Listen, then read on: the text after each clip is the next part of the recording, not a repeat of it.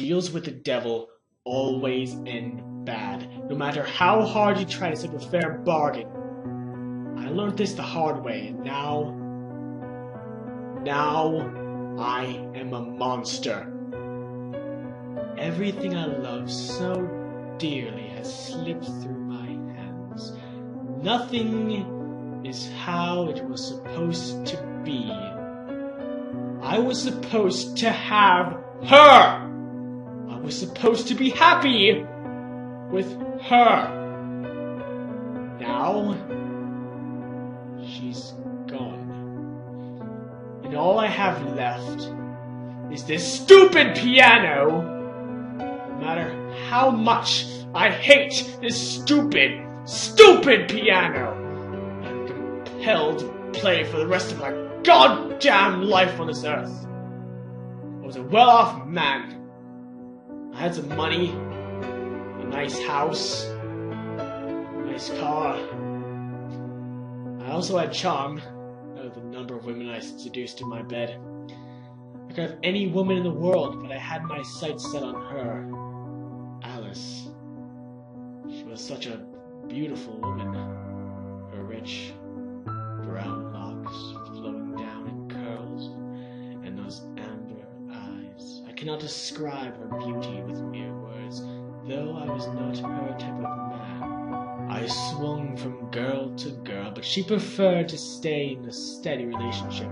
I loved a life of luxury, but yet she was content with living in the small, urban apartment. I loved club music, while she loved the sound of a classic piano. She didn't know of my existence, and that drew me to her. She was something I could not have, and so I wanted her so badly. I decided the best way to get her attention was to learn how to play the piano. I know how many people would have tried talking to her or something, but that just didn't seem right to me. I wanted her to admire me, idolize me, so I tried, but I ultimately failed. Apparently, I didn't have the hands of a pianist. I had no musical talent at all. I decided to talk to my friends about this. Of course, they laughed at me, telling me I was stupid for trying. But I really wanted her, and the only way I could get her was if I knew how to play that damned piano. My friend said something that made me think. Don't you know all those people with talent sell their souls to the devil? I know he was joking, but what if there was a chance that I could really sell my soul for this musical talent? She'd have to like me now, right? I started to do as much research as possible in summoning the great demon lord himself. Of course, there were loons telling me not to, but bad things will happen and yada yada. I decided to hold the ritual at midnight. It seemed like a good time and no one would interrupt me. The numerous incantations, nothing happened. Well, nothing seemed to appear at first glance. There was something there. It wasn't visible, but I could tell it was there. So I asked to make a deal with it. It snickered and laughed but agreed. I would have musical talent, and it would have my soul in exchange. All I had to do was sign the contract. Simple enough, but that thing was huge. Kind of like the terms and conditions. I simply didn't read it and sign the bottom. I soon learned that I should have read it. Damn, I was stupid, as a demon promised. That was amazing. I had so much talent, I could read and write music, and it sounded beautiful. I kindly asked the local theater for it to open the doors and allow me to play my beautiful yet chilling songs, and surprisingly, they agreed. Remember, I was so nervous on the night of my performance. Would she even be there? I couldn't see her in the crowd, of course. She wouldn't be here. I was an amateur. Played for hours and hours, but it only seemed like a few minutes. I have to admit, it thrilled me to the bones. As I finished, I simply stood up and bowed to the audience. But there was a silence. Was what I played not good enough? A sudden clap brought me back to reality and looked up and saw her.